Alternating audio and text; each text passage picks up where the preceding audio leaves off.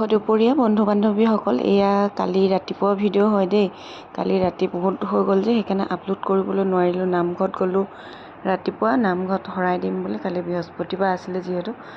এয়া নামঘৰৰ ভিতৰলৈ সোমাই গৈ বস্তু চানা, কল, নাৰিকল, আপেল, আঙুৰ যি আছে মানে সকলোবিলাক ইয়াত দায়িত্ব দিলোঁ আৰু দায়িত্ব দি টোপোলা চোপোলা ইয়াত জমা দিলোঁ। আৰু এইখনত নামো লিখি থৈ আহিব লাগে। বহুত শৰাই হয় যে আমাৰ ইয়াতে মানে বহুত শৰাই হয়। নাম চাম লিখাই মেলি আকৌ ওলাই আহিলোঁ। চাহ খাবলৈ দিলে গাজা লৈ, তাত নাখালোৱেই, ঘৰত দেৰি হৈছে বুলি। আকৌ ঘৰত আহি গধূলি পটাপট নিজৰ পাকঘৰত চাকি বাতি জ্বলাই মেলি আকৌ নামঘৰলৈ যাবলৈ ৰেডি হৈ আছোঁ। কাপোৰ পিন্ধি আছোঁ। কাপোৰ পিন্ধি থকা অৱস্থাতে এই ভিতৰত চাকি গছ লগাই লওঁগৈ বোলো। তাৰপৰা গ'লোঁ, গৈ কিনে এয়া নামঘৰত চাকি লগালোঁ।